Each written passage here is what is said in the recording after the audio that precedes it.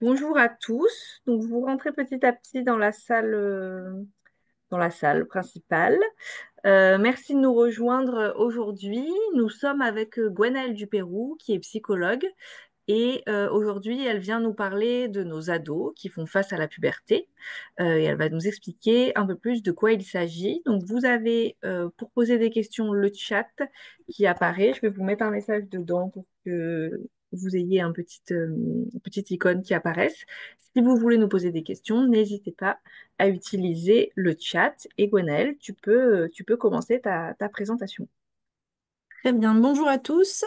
Alors, hop, ça y est, c'est bon, j'ai trouvé le chat.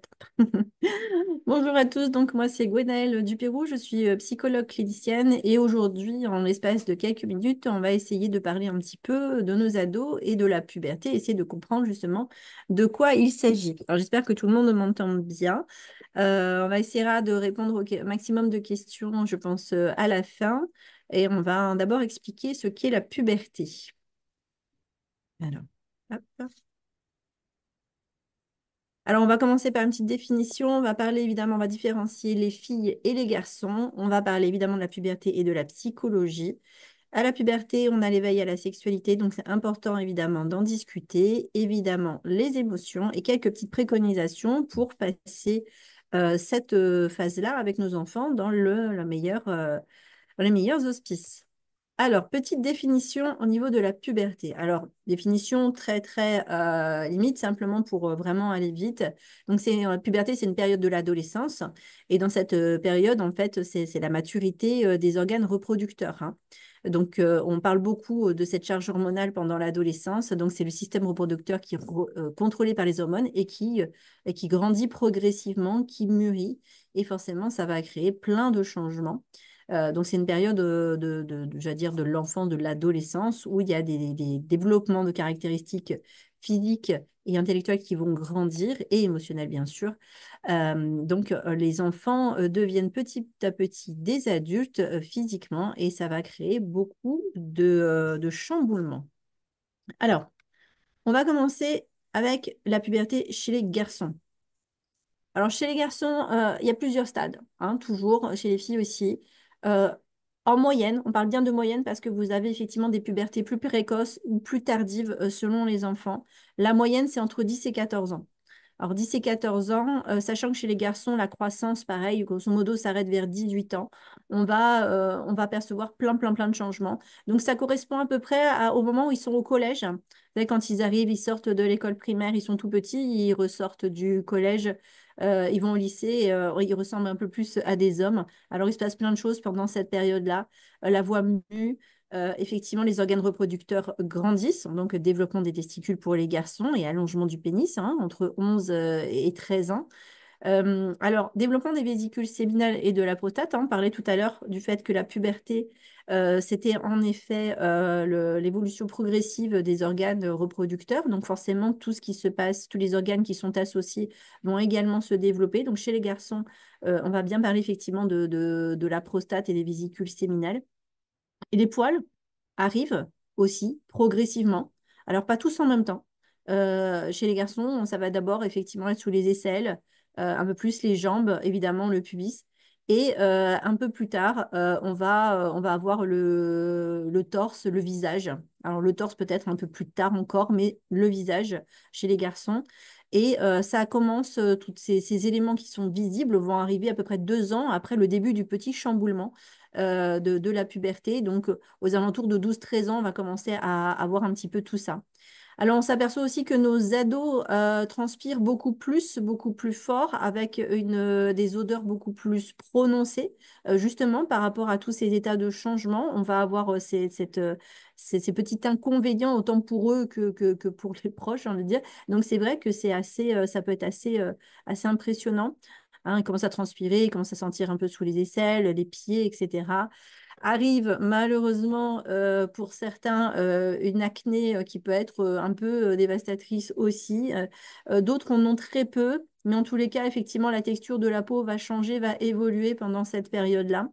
Et évidemment, chez nos garçons, puisque nous avons les développements des testicules, pénis, etc., vous avez les premières érections qui sont présentes. Alors, même si on en a des plus jeunes, les petits peuvent aussi avoir des érections, mais c'est différent au niveau du process. Là, on va même pouvoir avoir des éjaculations. Alors, parfois, d'ailleurs, même sans forcément que nos jeunes garçons soient préparés ou soient, j'allais dire, dans le contexte qui le suppose. Voilà, le corps s'essaye. Voilà, donc il se passe plein de choses dans leur corps. Ils sont parfois un petit peu démunis par rapport à ça. Alors ça, c'est pour ce qui concerne les garçons. Donc vous avez vu, en l'espace de 4 ans, grosso modo, une explosion un petit peu de cette progression de ce corps qui grandit, qui se transforme autant à l'intérieur qu'à l'extérieur. Et ça peut être assez déroutant. Alors ça, c'est tout ce qui concerne simplement pour l'instant le côté physiologique. On va aborder le côté psy après. Alors chez les filles, beaucoup de choses aussi. Elle, la puberté, il y a voilà, un temps un peu plus long, un peu plus large, hein, des 8 et 13 ans. Ça commence plus tôt que les garçons. Et la croissance s'arrête également plus tôt. On a vu que les garçons, ça s'arrêtait vers 18 ans. Les jeunes filles, c'est plutôt entre 14 et 16 ans. Mais la puberté, elle est longue, hein, entre 8 et 13 ans, grosso modo, ce qui est quand même considérable, avec énormément de changements. Alors, les changements physiques que l'on aperçoit, c'est le développement de la poitrine. Les poils aussi chez les jeunes filles, alors le pubis, les aisselles, les jambes.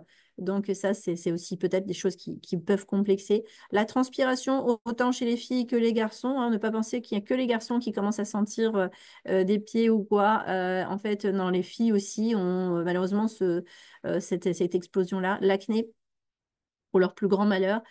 Et les filles aussi, je veux dire, leurs organes reproducteurs, donc elles vont avoir des pertes vaginales et on va avoir les premières règles qui vont arriver, donc on appelle ça les menstruations. Ça commence à peu près 3 ans après le début de la puberté, entre 10 et 16 ans, les jeunes filles peuvent avoir les règles. Quand c'est plus tôt, on appelle ça effectivement, on dit que c'est précoce. Quand on se rapproche de 16 ans, c'est peu tardif. La moyenne, c'est 13 ans pour les règles, hein. La moyenne en France des jeunes filles pour les premières règles, c'est 13 ans. Et une fois que les règles ont commencé, on sent effectivement qu'il y a un ralentissement au niveau de la croissance. Donc, vous voyez, 13 ans, la croissance s'arrête entre 14 et 16, donc on est en plein dedans. Malheureusement, ces menstruations, elles peuvent créer aussi quelques douleurs assez intenses. Et un effet secondaire que les garçons n'ont pas forcément, c'est que voilà, on peut avoir un changement aussi au niveau du métabolisme. Donc, la puberté peut arriver un peu plus tôt chez les jeunes filles qui sont en surpoids. Donc, ou malheureusement l'inverse, c'est-à-dire soit on a trop de poids, soit on en a pas assez. Donc, un problème de nutrition. On voit que les apports en nutrition, quand ils ne sont pas suffisants ou qu'il y a une maladie qui empêche une absorption classique et normale, on va avoir un retard au niveau des règles, au niveau du début des règles. On a également un point génétique, bien souvent, voilà, quand la maman a une puberté précoce, il y a des prédispositions, mais une puberté précoce, vous avez vu, ça demande beaucoup de changements physiques. Et quand les jeunes filles sont vraiment très jeunes, ça peut être très compliqué d'accepter son corps, alors que dans sa tête, on a encore une petite fille. Donc, justement, ces fameuses règles, quand même, elles peuvent prendre jusqu'à 5 ans pour devenir régulières. Donc, c'est un peu un casse-tête aussi chez ces jeunes, ces ados voilà, qui essayent de cacher un petit peu ça aussi. Voilà, essayent de comprendre un peu comment le corps fonctionne. Donc, 5 ans pour que ça devienne régulier, c'est un peu long, malheureusement. Donc, ça peut, et puis malheureusement, quand c'est accompagné de douleurs, c'est encore plus compliqué. Les garçons vont avoir effectivement un développement de leur masse musculaire et bien chez les filles, ça va être un développement des hanches, des cuisses et une augmentation de la masse graisseuse. Tout ça évidemment en prévision d'une grossesse potentielle à la vie adulte. Donc le corps se transforme vraiment et quand on parle des organes reproducteurs, voilà, la puberté, je veux dire vraiment, elle concerne tout ça et ça peut être assez impressionnant chez certains à quel moment ça peut aller vite, hein. On dit, voilà, 3-4 ans pour passer de la petite fille à la jeune fille ou du petit garçon au presque jeune homme. Et du coup, tout ça demande beaucoup, beaucoup d'énergie. Alors justement, on va parler un peu de ces impacts sur la psychologie, sur leurs humeurs. On a des changements hormonaux, je vous l'avais dit, la puberté, c'est vraiment des changements hormonaux.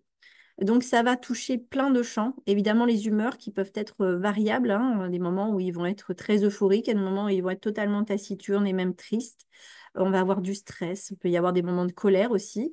Les hormones, ça demande beaucoup d'énergie. Donc, quand on n'a plus d'énergie ou de ressources pour contenir les émotions, eh bien, ça a tendance un peu plus à exploser. Et ils subissent, hein, ils sont un peu pris au dépourvu. Le changement du corps, le changement de conscience aussi un petit peu de tout ce qui se passe, ça peut créer des manques de confiance en soi. On a parlé du changement de poids, les poils qui apparaissent, la transpiration, etc. Le corps qui se transforme. Bah oui, en fait, à l'école, on va se comparer, on va regarder si c'est normal. Et comme tout le monde a une évolution différente, il y en a c'est plus rapide que d'autres, il y en a c'est plus lent.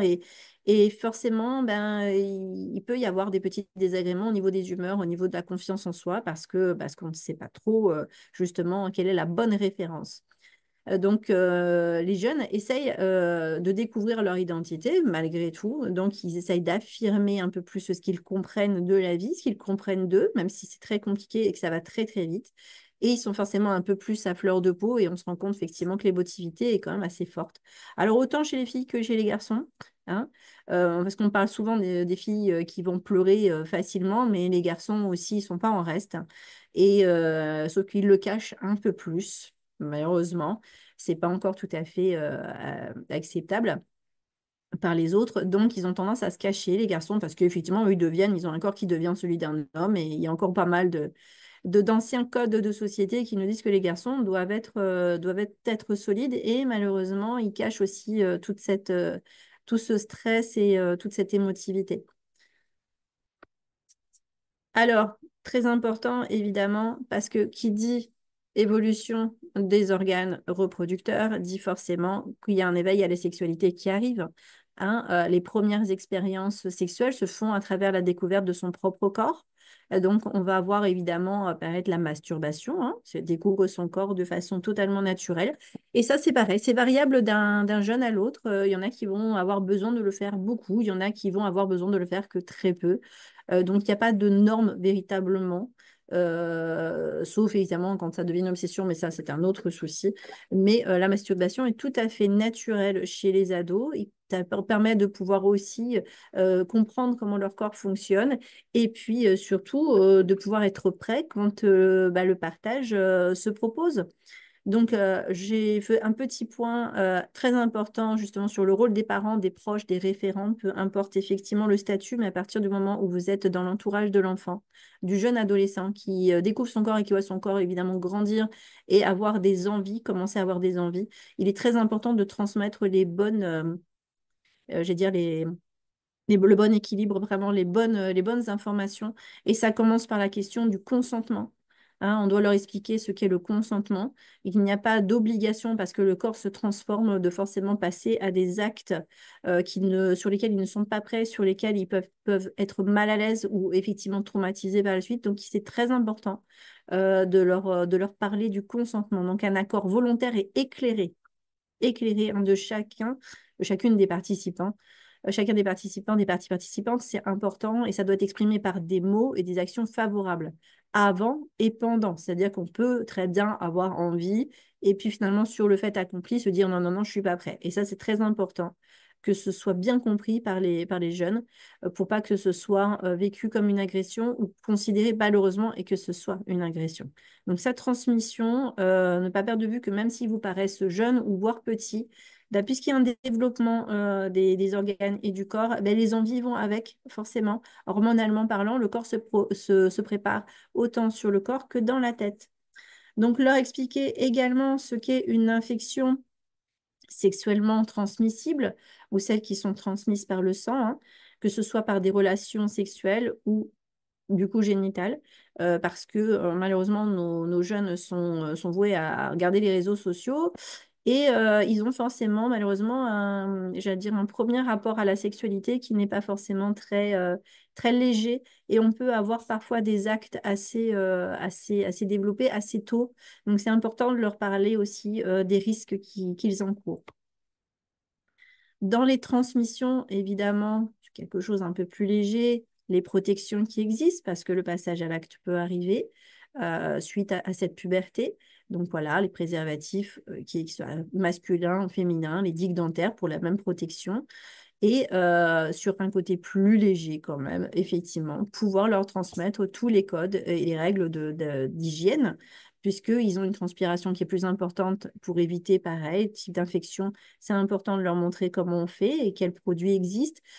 Les jeunes filles ont leurs règles, c'est important aussi de leur expliquer qu'elles peuvent malheureusement avoir des maladies, pareil, des infections, si elles ne changent pas suffisamment leur protection, etc. Quel type de protection il existe, comment prendre soin du corps. On a vu qu'il y avait de l'acné aussi qui pouvait arriver. Donc, en fait, il faut transmettre toutes ces informations sans que ce soit péjoratif, mais bien leur expliquer qu'on est dans quelque chose qui est tout à fait normal et adapté, et surtout rester dans une bonne communication par rapport à tout ça. Question qui se pose nécessairement au moment de la puberté. Est-ce que j'aime les filles? Est-ce que j'aime les garçons? Quelle est la norme? Et forcément, c'est autant intime que dévoilé, puisque c'est les premiers émois, les premiers amours. Et forcément, ils ont besoin de savoir ce qui se passe et besoin d'en parler.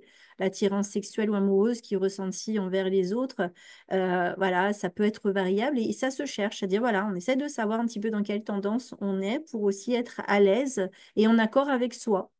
Alors, il y a différentes orientations sexuelles qui existent, hein, de plus en plus précises, de plus en plus identifiées.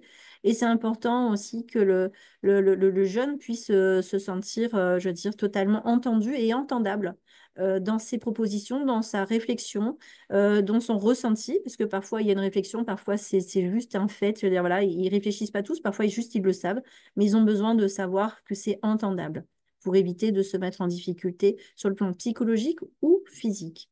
Il y a également les identités de genre qui nous arrivent aussi beaucoup plus dans l'expression aujourd'hui par rapport aux années précédentes. C'est-à-dire que maintenant, les jeunes arrivent à pouvoir se admettre, parler, évoquer, exprimer, qui se sentent parfois filles dans un corps de garçon ou garçon dans un corps de fille, et de pouvoir voilà, travailler avec eux sur cette acceptation-là, sur ce que ça signifie pour eux et que ça se passe évidemment dans la bienveillance. Les émotions, grand moment, les émotions à l'adolescence, hein. Bouleversement émotionnel, les complexes, hein, le corps change, le corps évolue, donc l'image de soi, comme je vous disais tout à l'heure, c'est beaucoup de références aux autres, les réseaux, les autres ados autour. Donc autant ça peut être des angoisses parce que bah, ça va plus vite ou pas assez vite par rapport à d'autres, parce qu'on a plus de poils, moins de poils, plus de boutons, moins enfin, ça peut être assez déroutant. Et il peut y avoir énormément de joie de partager sur le plan social une évolution aussi très importante. Les relations sociales évoluent. On n'est plus basé que sur la référence parentale ou familiale. On a aussi des références sociales et les amitiés se créent de façon assez forte. Donc, on a des attentes qui sont parfois assouvies, d'autres qui sont déçues. On peut avoir aussi du dégoût, on se compare beaucoup. Donc, le complexe image de soi va impacter la confiance en soi. Et on va retrouver chez nos ados beaucoup de manque de confiance en soi, puisque ben, on n'a pas de repère fixe, puisque c'est en mouvement, le corps est en mouvement, c'est un petit peu difficile. Donc la conscience de soi, la conscience de son environnement, du monde aussi évolue. Et on peut se sentir d'un coup un peu démuni, un peu moins en sécurité également. Et ça va être important de parler de tout ça avec eux, parce que la compréhension du monde, elle grandit aussi avec évidemment la maturité qui devient de plus en plus importante. Les changements d'humeur associés aux hormones dont on a parlé tout à l'heure peuvent amener des émotions plus fortes puisque moins de ressources, moins d'énergie pour les contenir. Les relations affectives, hein, on en a parlé juste au-dessus, ça peut être difficile, il peut y avoir autant de joie que de déception, c'est très extraverti, très extravagant la plupart du temps. Et le stress avec cette conscience du coup de l'avenir. La notion du temps est plus claire, donc difficile de se projeter. La société pose des impératifs, des injonctions, les médias également, les réseaux. Et on a eu des peurs qu'on n'avait pas quand on était petit, parce que finalement, quand on était petit, c'était papa et maman qui géraient un petit peu tout ça. On était dans une bulle. Et quand on devient ado, la puberté arrive, on a 12, 13, 14, 15, 16 ans. Et là, on devient un peu plus conscient de ce qui se passe autour de nous. Donc, ça crée des peurs. Ça crée des peurs. Et évidemment, sur le plan émotionnel, on ne peut pas passer à côté de l'identité sexuelle qui crée évidemment autant de peurs que d'attentes. Et se comprendre soi-même, c'est déjà difficile. Alors, le faire comprendre aux autres, c'est évidemment beaucoup de travail. On va terminer avec les préconisations. Alors, dialogue et compréhension, j'allais dire, ça va de soi. Évidemment, vous avez compris, ils subissent ces changements sur un temps très court.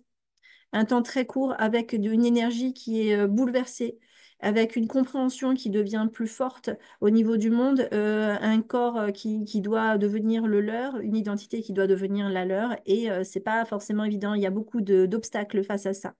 Donc, garder la confiance grâce au dialogue, une confiance mutuelle, communiquer comme on peut le maximum, répondre aux questions, pouvoir en poser, mais d'une façon, j'allais dire, légère, sans jugement. Avoir des espaces de parole protégés, leur proposer, par exemple, d'aller parler de leurs émotions chez des psychologues, des sophrologues, de faire de l'art-thérapie, de la musique, du sport, essayer de leur permettre de pouvoir évacuer justement toutes leurs peurs à travers des activités ou des cadres protégés et leur ouvrir un espace de parole qui soit libre et léger. Travailler et favoriser leur indépendance, puisque, comme dit, conscience du monde, conscience de soi, on favorise l'autonomie pour leur montrer qu'ils sont capables de se mettre également eux tout seuls en sécurité. Une fois ils grandissent, hein, ils vont doucement mais sûrement vers la vie d'adulte. Donc, bah, et j'allais dire, la sécurité de papa et maman va petit à petit devenir moins forte puisque eux vont devoir prendre la suite pour devenir autonomes et indépendants. Donc, on va favoriser, dans la mesure évidemment d'un cadre raisonnable, la vie sociale, les pousser à prendre soin d'eux, de leur espace personnel, de leur espace de vie, hein, le vivre ensemble, très important bien sûr à apprendre. Préserver leur intimité, et bien sûr, c'est très important. Leur intimité, ce ne sont plus des tout petits, ils ne partagent plus tout. Ils ont besoin de leur, j'allais dire, d'un espace vraiment personnel et leur jardin secret pour pouvoir apprendre d'eux et grandir. Donc, quand on peut, c'est vrai qu'une chambre individuelle, c'est pas mal, notamment quand bah, le corps se transforme. C'est un petit peu plus facile quand on est tout seul.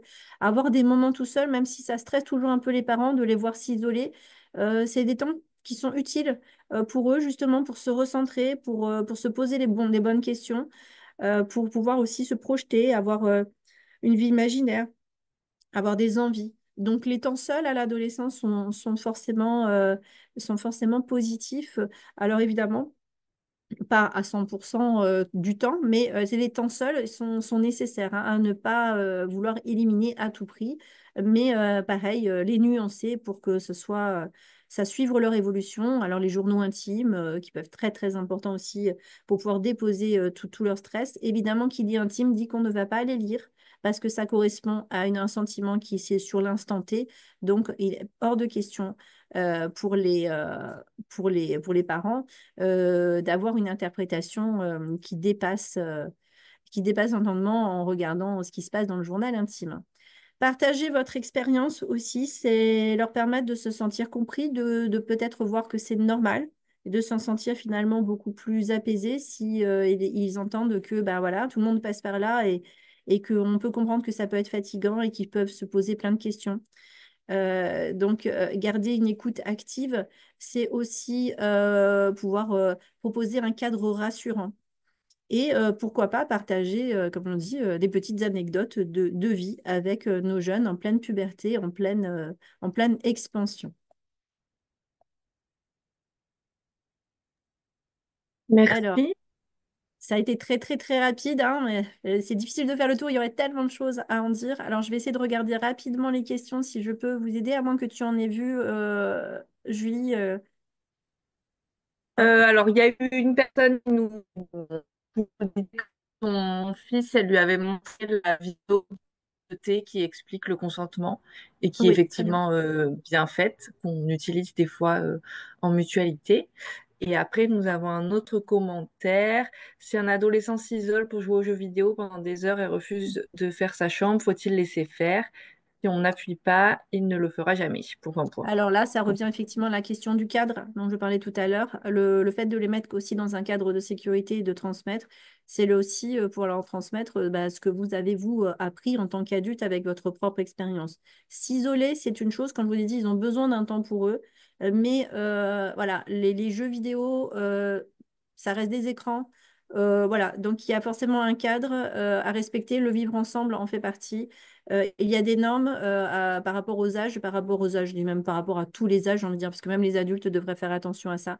Donc, bien sûr, on doit respecter le besoin d'autonomie, d'individualité, hein, d'indépendance, mais on doit y mettre un cadre qui permet aussi de dire, voilà, par expérience et aussi toutes les informations que le jeune n'a pas encore, on doit les transmettre. Donc, c'est important de limiter les écrans à un temps qui peut être justement échangé avec eux en disant, voilà, on fait un compromis, on discute sur le temps que tu penses être nécessaire et nous, on va te dire un peu ce que nous, on pense et faire un petit combo entre les deux. Quand il y a un échange et justement cet état de confiance et de communication, on a une nuance qui peut être acceptable. Si on est dans quelque chose d'extrême, c'est là où on va aller rajouter un espace de parole, peut-être chez un psy, pour comprendre justement s'il n'y a pas une petite détresse émotionnelle un peu plus forte que la moyenne. Et, euh, et là, on va ressentir aussi dans le reste des comportements, c'est-à-dire que si sur le plan émotif, sur le plan parfois, on peut être un peu agressif, etc., au niveau de la parole, si ça dure un peu longtemps, il faut quand même aller se questionner et du coup, on va bouger l'espace de parole et on va le proposer aussi auprès d'un professionnel, pourquoi pas. Mais sinon, voilà, sur un cadre simplement d'un ado qui a envie de jouer aux jeux vidéo, je pense que discuter et trouver un terrain d'entente peut être intéressant quand évidemment il n'y a pas de parasite extérieur qui empêche à tout ça. Merci. Et il y a une autre question. Quelle attitude à avoir quand l'enfant vous hurle dessus sans raison? Alors ça, malheureusement, ça arrive un peu souvent. Ben, on remet le cadre, c'est-à-dire que on valide toujours l'émotion, c'est-à-dire voilà le fond. Hein, on subit une émotion, on est en colère, on est triste, on est frustré, on est tout ce que vous voulez, il n'y a pas de souci. Ça, c'est quelque chose qu'on subit, mais absolument pas la forme. Ça veut dire qu'on peut dire à l'enfant, tu as le droit d'être en colère, tu as le droit de ci, tu as le droit de ça.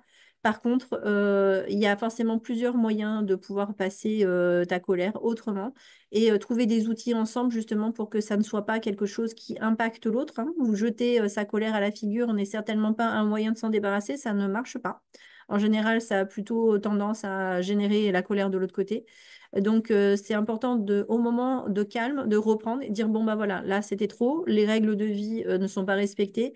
On va trouver des outils ensemble pour quand tu sens la colère monter, trouver des choix, des solutions pour que tu puisses l'évacuer sans que ce soit dommageable. Le fond, la forme. Hein, le fond est validé, la forme est forcément à apprendre. Et ça, depuis tout petit, finalement, hein, bien avant l'adolescence et la puberté, on doit évidemment travailler ces outils-là. Voilà, comment gérer nos émotions sans forcément que ce soit dommageable. Ça peut être avec l'aide d'un psychologue, hein, d'un thérapeute, bien sûr, de trouver des outils, parce que parfois les jeunes sont un peu plus, je veux dire, un peu plus à l'aise et plus à l'écoute quand c'est un tiers. C'est comme ça. Alors, remarquez que l'enfant ne veut jamais partager sa journée ou autre information. Il dit juste, je sais pas, je m'en fous, laisse-moi tranquille. Oh là, en plein dans la crise. Comment établir la communication quand c'est comme ça? Ben, en fait, c'est vous qui allez la garder, la communication. C'est-à-dire que voilà, vous allez être fort de propositions. On va pas forcément le forcer à faire tout plein de choses avec vous, mais une fois de temps en temps, je pense voilà, c'est important qu'il vous accompagne sur certaines choses. Et pour d'autres, on peut lui demander aussi, est-ce que, bah tiens, on va faire un jeu vidéo ensemble, montre-moi ton jeu. Ça peut permettre de se rapprocher de lui et de son monde et de son univers, et peut-être voir même qu'il peut s'ouvrir en essayant de vous expliquer pourquoi lui il trouve ça génial cet enfant. Par contre, voilà, il y a des moments où effectivement ils vont être un peu plus repliés sur eux, un peu moins communicants, et c'est là où on dit, bah, vous allez continuer à parler de votre journée, continuer à s'intéresser à ce qu'il fait, s'il va bien, s'il va pas bien, jusqu'à ce qu'à un moment, et ben voilà, il lâche un peu la carapace et puis qu'il finisse par répondre. Alors, pas dans l'acharnement, on est d'accord, simplement, c'est de règles de vivre ensemble, on discute ensemble.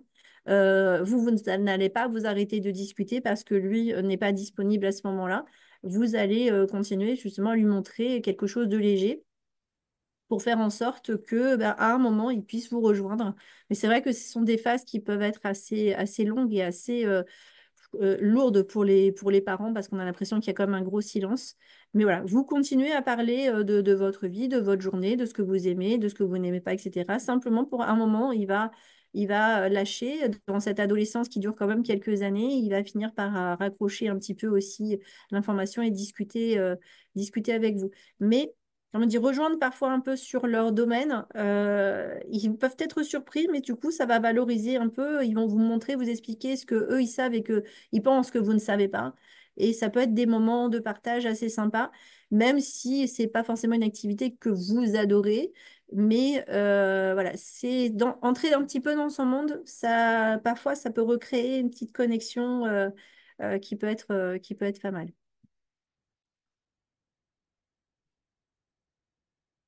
Alors, est-ce qu'il y a d'autres questions éventuellement? Rituel tous les soirs, on se raconte, ouais. Voilà, travail, c'est lui qui avait proposé cette solution. Suite au harcèlement au collège, ouais, oui, bien sûr. Pour ça, je vous dis, la communication, il ne faut pas la lâcher. Même quand le jeune ne veut pas, il finit toujours par... il écoute, il entend. Donc, de toute façon, il va forcément y aller aussi. Et c'est vrai que le fait de décharger ce qui s'est passé dans la journée, ça permet de ne pas le garder dans la tête à ruminer ou à interpréter. Quand on doit transmettre une information, on est déjà en train de l'analyser. Donc, ça peut être pas mal. Donc oui, suite au harcèlement, encore plus, parce que ça permet d'évacuer, de relativiser, prendre de la distance, et puis de savoir aussi comment se mettre en sécurité, c'est-à-dire là où je vais aller du coup alerter aussi. Si jamais dans l'échange, on sent qu'il y a quelque chose qui peut-être a été un peu trop dédramatisé ou trop pris à distance, ça permet aussi de y aller un peu plus vite.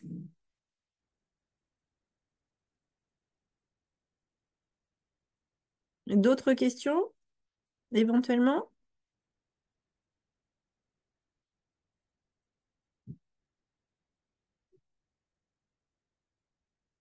Je ne vois plus de questions sur le chat.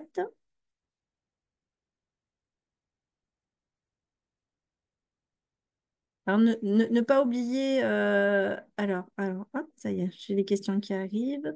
En tant que mamie, je ne sais pas comment elle passe ses moments avec ses parents. Eh ouais.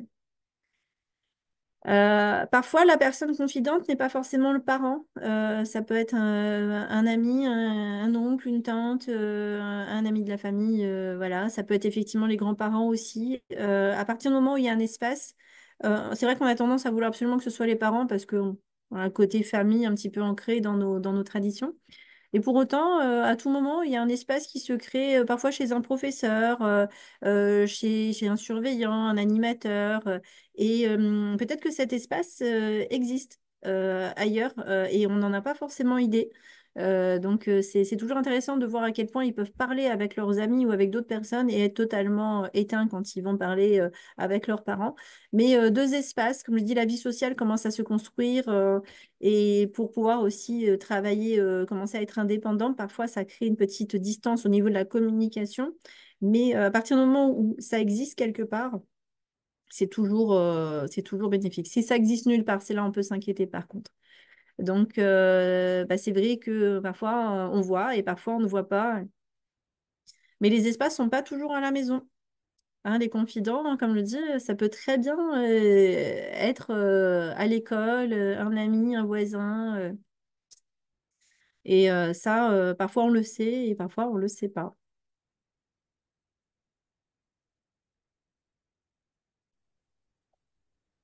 Alors, est-ce qu'il y a d'autres commentaires, d'autres questions?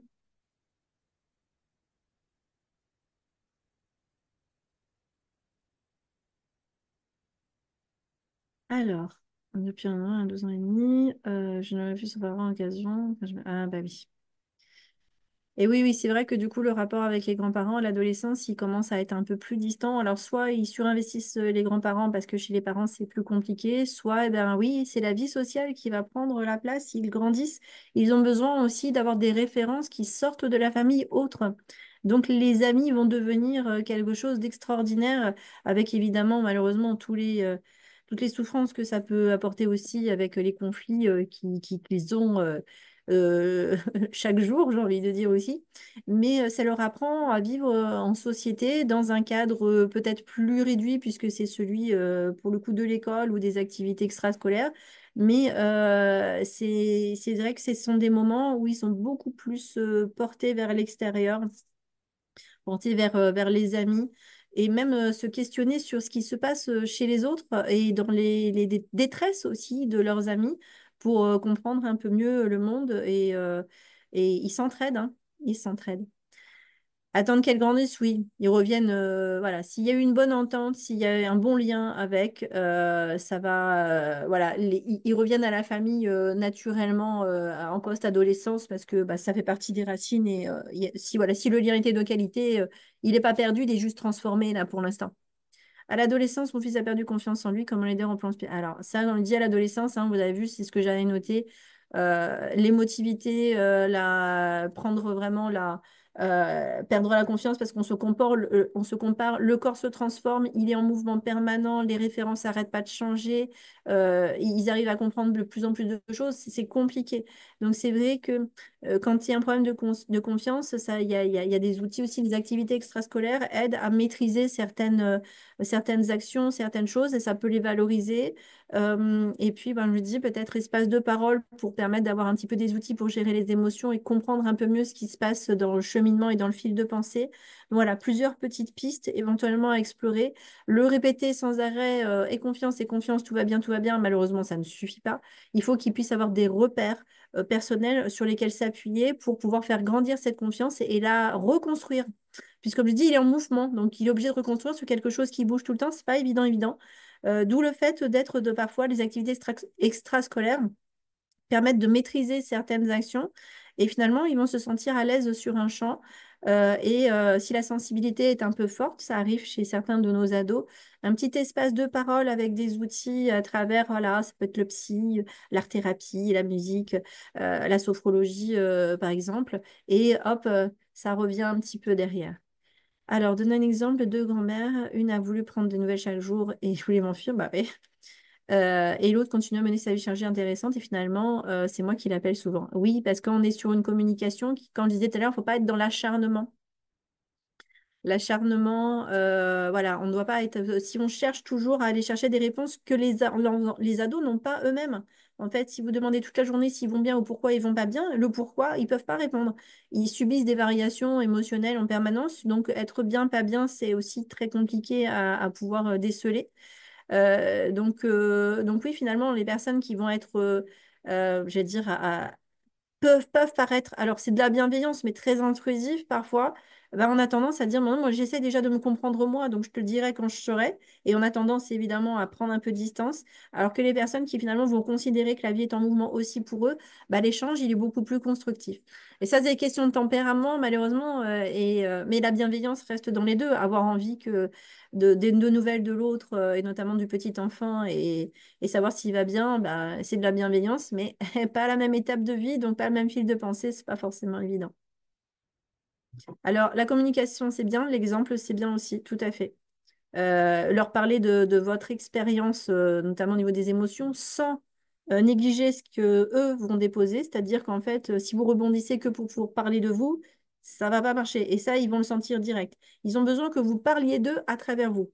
Tu es comme ça, je comprends ce que tu ressens. Ça m'est arrivé aussi, mais du coup, je comprends ce que toi, tu es en train de vivre.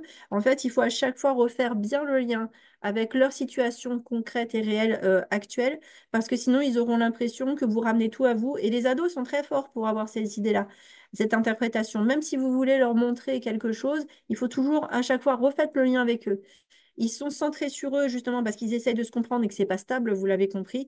Donc forcément, c'est important de revenir à eux, même quand vous allez parler de vous et de vos exemples, de votre expérience.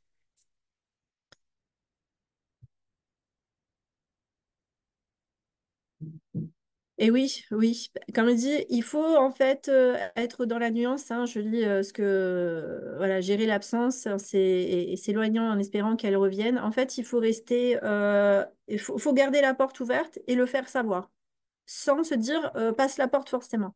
Voilà, comme on dit, on garde aussi ce dont on a besoin, quelque chose de régulier au niveau de la communication, des questionnements, des échanges, mais pas forcément, j'allais dire, quelque chose de soit on se retire complètement, soit on y va complètement.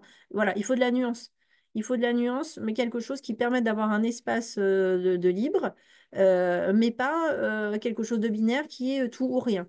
Donc, une distance raisonnable qui fait qu'on respecte ce moment de vie en le validant, hein, et en restant toujours disponible, mais en le faisant savoir qu'on est disponible, de façon à laisser la main, évidemment, au jeune ado de revenir quand il se sent, justement parce qu'il ne se sentira pas obligé, il le fera forcément beaucoup plus volontiers. Et peut-être pas tout de suite, comme je dis bien souvent, c'est quand ils grandissent un peu qu'ils reviennent à la famille, parce que bah, une fois qu'ils sont bien identifiés en termes de personnalité, de valeur et qu'ils ont pris un peu toutes les infos, qu'ils sont beaucoup plus dans l'affirmation de soi, ils ne craignent plus qu'on les transforme. Donc, bah, ils se sentent plus forts et donc là, ils peuvent revenir, évidemment, que ce soit avec la vie sociale ou avec les proches, avec la famille, parce que justement, ils sont installés dans leur vie à eux et du coup, c'est plus facile pour eux de revenir.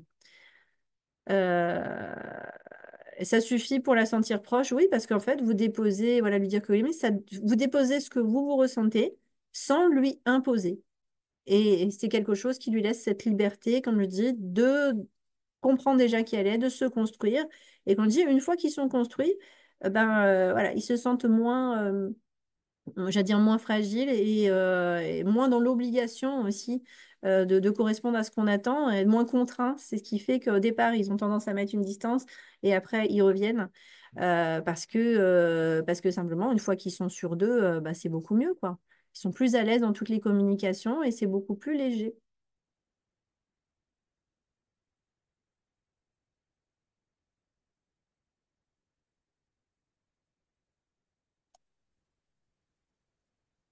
J'espère que j'ai pu répondre au maximum de vos questions sur un temps court, hein. Évidemment, intéressant peut-être sur d'autres conférences, sur d'autres échanges pour pouvoir explorer un peu plus. Là, on a parlé de la puberté, de l'adolescence, mais c'est vrai que c'est un sujet qui est tellement vaste. On pourrait en parler très longtemps. Ça concerne vraiment beaucoup de gens. Mais bon, voilà, j'espère que j'ai répondu au maximum de vos questions en tout cas. Merci beaucoup, Gwenaëlle. Je suis désolée, en fin de conférence, j'ai eu plein de coupures. On a une tempête à Marseille et j'ai eu plein de coupures de connexion, mais je profite qu'il y ait un mini temps là où je suis apparemment connectée Oui, pour tu es te revenu. remercier. On a essayé de répondre aux questions au maximum. Du coup, on en a profité pour échanger. J'espère que ça a été pour vous. Vous n'avez pas eu trop de coupures. Moi, ici, ça va. Je suis du côté de Toulon. Ça souffle bien, mais on n'en est pas encore à la tempête. Elle arrive, il paraît. Elle va venir vers chez nous après.